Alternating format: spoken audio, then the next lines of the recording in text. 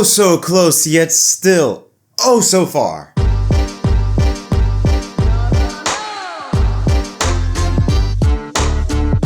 Yo, what's up everyone, my name is Jet. Welcome back to episode of MDK Racing Victory Stop. Hope we're having a wonderful Saturday.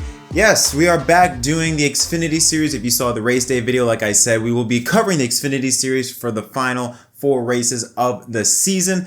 Yes, the round of 8 kicked off tonight here at the Las Vegas Motor Speedway, and it had one hell of a finish. Let's not waste any time and jump right into it. There are 2 different types of leaders. The first batch was Justin Allgaier and Cole Custer. Cole Custer took the lead away from Sammy Smith on lap 35 and basically led the entire way up until the stage 1 victory, while Justin Allgaier, on the other hand, he took the lead from Cole Custer and he led all the way to the stage 2 victory. But it was after that transitioning from daytime to nighttime, we then saw a new batch of drivers. Custer and Allgaier, they fell back, or at the very least, they didn't have the car that a driver like AJ Allmendinger had. At the end of stage 2, you could tell that 16 car was going to be fast once it transitioned fully into nighttime. Allmendinger would take over. Now, after that stage 2, when we got ready for stage 3, it became official that Allmendinger was the fastest car. He took the lead away from Justin Allgaier. Allgaier had a bit of issues. He did kind of put up a fight, but then had some issues, like he had debris on the grill of his car that caused his car to overheat. Even the alternator,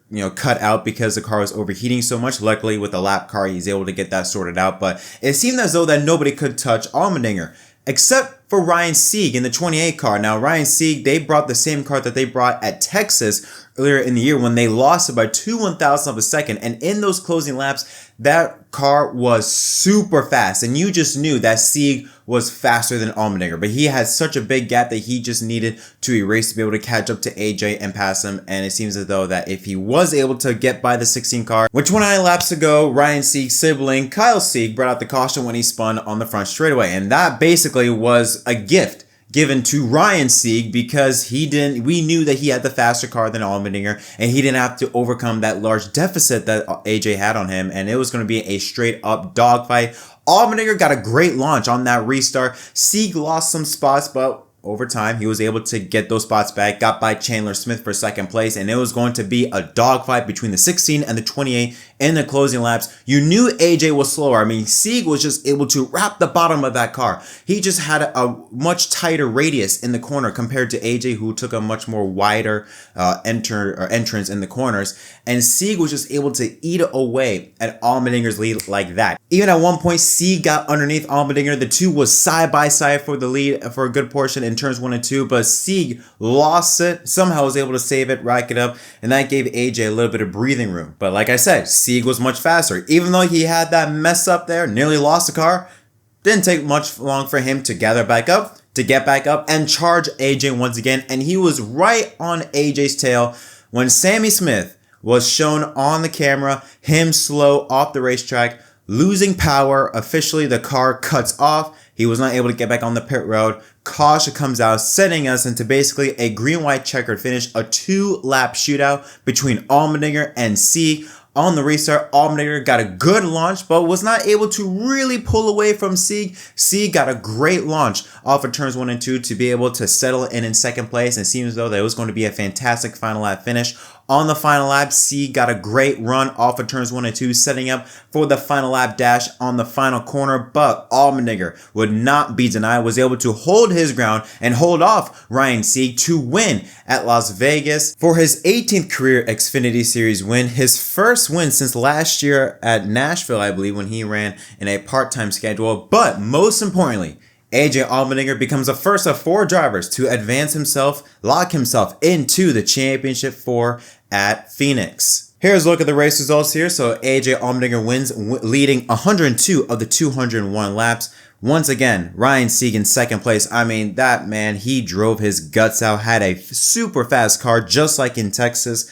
Unfortunately, second place, close, but no cigar for the 28 driver. Justin Allgaier in third, Chandler Smith in fourth, and Parker Kligerman. Good top 5 finish for that 48 team. Jesse Love in sixth. He was able to rev up because he suffered damage on a restart earlier in the race when there was a stack up occurred on the inside lane. Taylor Gray got the worst end of the deal. He spun, collecting Jesse Love, who got damaged, as well as the 8 car of Sammy Smith, and even Austin Hill just got a little tiny piece of damage, but still was able to make evasive maneuvers on the outside lane. So those two RCR cars and that number 8 Junior Motorsports car had to deal with some of that damage occur from that Taylor Gray spin. Riley Herbst in 7th, teammate Cole Custer in 8th, Sheldon Creed in 9th, and Hill rebounds, like I said, to finish in the top 10. Corey Heim in 11th, Daniel Dye 12th, Almirola 13th, Sam Mayer in 14th, and Josh Williams at top 15. Now Josh Williams had an unusual moment on the last scheduled pit stop, green flag pit stop.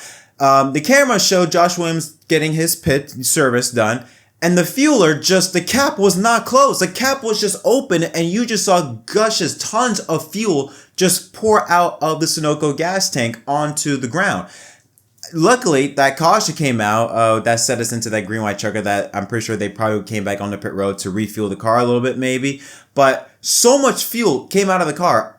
I don't know how that happens. Luckily, it didn't catch on fire since that fuel was everywhere. So luckily, no one caught on fire. But how does that happen? How do you not seal the cap to make sure that fuel doesn't come out of the tank? Anyways, De Benedetto 16, Brandon Jones, Jeremy Clements, Anthony Alfredo, and Kyle Weatherman, the top 20. Here's a look at the rest of the field, like some other notables like Sammy Smith in 32nd, Taylor Gray 33rd, and then you see Leyland Honeyman 37th with electrical issues, and Shane Van Gisbergen finishes dead last in 38th after he had some issues early in the race that took him behind the wall and out of the event. So here's a look at the round of 8 opener done at Vegas. AJ Allmendinger, his name colored in green.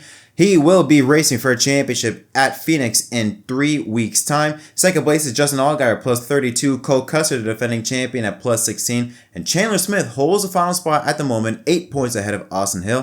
Teammate Jesse Love minus 13. Sam Mayer minus 23. And Sammy Smith now almost a full race behind at minus 53. Overall, I thought it was a great race, a really good race. The Xfinity Series, no surprise to see the Xfinity Series always produces a show. But I hate when these races come to like this, like what we saw happen with Sammy Smith when he brought out the caution, because that was set him to be an awesome finish. You knew that Sieg had the faster car, but man, Allmendinger was putting up a fight. That was going to be one hell of a battle between the 16 and the 28. I wish it would have went to the end and not have to settle in a 2-lap shootout. But don't get me wrong, Allmendinger, I love Allmendinger. No issue with him winning, like that he wins, but man, do I feel for Sieg. Like Ryan Sieg, I mean, he's done what? Nearly 300 Xfinity starts, driving for his own team. Just like, so he's been so close so many times to having that Xfinity, that maiden Xfinity Series win. He's been close so many times, and yet he was right there. And, oh man, who knows? Maybe one more lap might have been the difference there. But yeah, that's all for this episode here of MDK Racing Victory Stop. What are your thoughts on this race? Let me know in the comment section down below.